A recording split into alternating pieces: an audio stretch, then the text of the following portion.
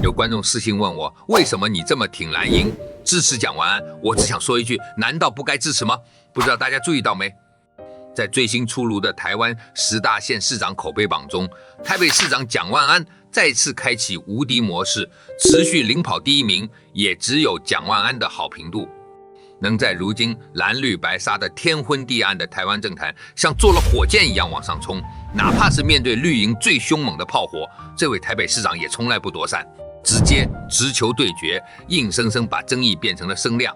说实话，如果你还停留蒋万全靠那张帅脸和那个显赫的姓氏的言论里，那你就太小看这位三宝爸了。当然，蒋万安也确实帅，那么他究竟凭什么能在台北这个1级战区收服民心？他又做了哪些让台北人幸福感爆棚的实事，甚至让绿营都感到绝望呢？别急，今天我们就来看看这位蒋家第4代是如何撕掉标签，成为蓝营新一代战神的。很多人对蒋万安的第一印象就是那个西装革履、温润如玉的蒋家第4代，觉得他从小锦衣玉食，怎么可能懂底层老百姓的苦？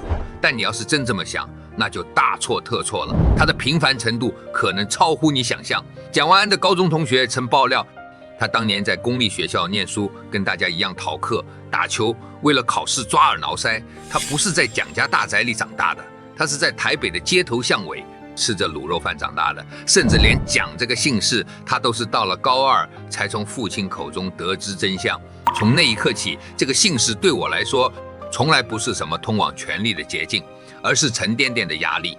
他在美国拿到了法学博士，在硅谷当上了顶尖律师，本来可以过着高薪体面的生活，但他依然选择了回台湾，而且是以一种最笨的方式，从基层民意代表选起。你们知道吗？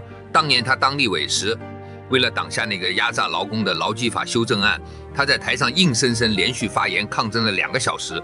为了不让恶法通过，他连厕所都不敢去。因为被网友封为战神、万安演习这种拼命三郎的镜头，让很多原本对他有偏见的人都看呆了。这哪是温室里的花朵，这明明是块硬石头。同时，他为了竞选，每天顶着风雨站在路口，去菜市场握住每一双布满老茧的手，那种真诚不是演出来的，是他在用实际行动告诉大家：我姓蒋，但我更是你们的万安。回想2022年，他成功拿下台北，成为台北历史上最年轻的市长时，那一夜，我们或者说整个蓝营士气大振，仿佛压抑已久的阴霾终于透出了一道强光。只是当时大家都觉得他赢了，将是他的终点。但对他来说，那只是地狱级难度的挑战刚刚开始。毕竟台北市民可是全台湾最挑剔的一群人，光有情怀可没饭吃，迟早要被赶下台的。就在所有人等着看他这个新手市长怎么出丑的时候，他却反手甩出了几张让全台惊艳的成绩单。当了市长后的蒋万安，身份里多了一个标签“三宝爸”。这个身份可不是摆拍用的，他是蒋万安施政政策里最柔软也最坚硬的一部分。作为3个孩子的父亲，他太懂在台北养娃生活有多不容易了。于是他上任后，直接把生育奖励金翻倍加码，推出全台最顶的私幼学费补助，甚至率先在台北试办弹性育儿假，全方位给家长们减压续命。在学校，他全力升级营养午餐，严把食品安全关，真的是把台北的小孩当成亲生的在疼。但你以为他只会搞温情，那你就又错了。在设计城市发展和立场上，他比谁都硬气。每年的台北灯节期间，他顶住政治压力，坚持两岸正常文化交流，绿营气的集体破防，各种扣帽子。但蒋万安怎么回应的？他不卑不亢，直接用绝美的灯展和冲破历史记录的观光人潮，狠狠打脸了那些酸民。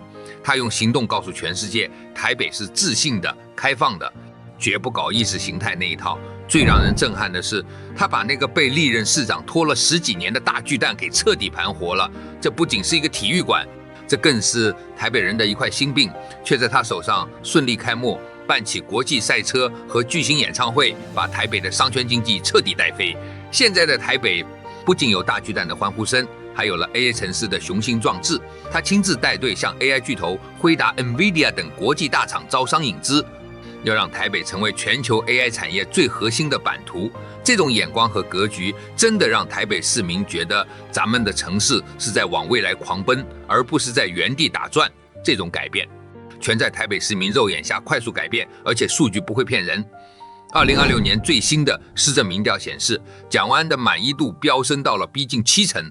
更夸张的是，有接近80%的台北市民因为住在台北而感到深深的自豪。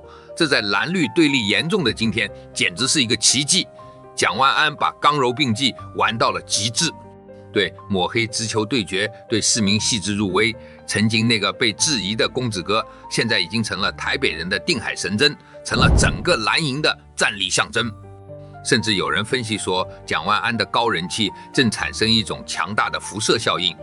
北有蒋万安，中有卢秀燕，这两位蓝营巨头务实理性、拼经济的作风互相呼应，彻底扭转了台湾的政治气候。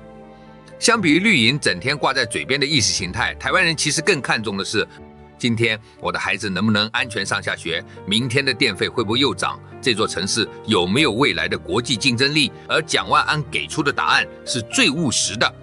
他不像绿营用那种大而无当的宏大叙事来压你，他只会默默用一张张建设计划、一个个政策福利，让你的生活每天都变好一点点。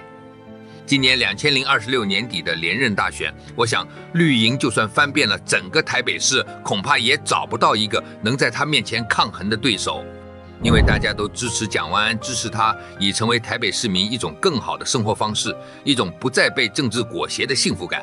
蒋万安的故事还在继续，台北的蜕变也才刚刚开始。我甚至在想，如果这种台北经验未来能推向全台湾，那我们的家园会变得多棒。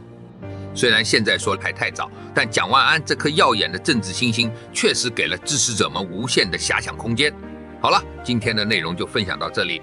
如果你也喜欢蒋万安，如果你也认同我的观点，请一定分享给更多关心台湾未来的朋友。我们下期视频再见。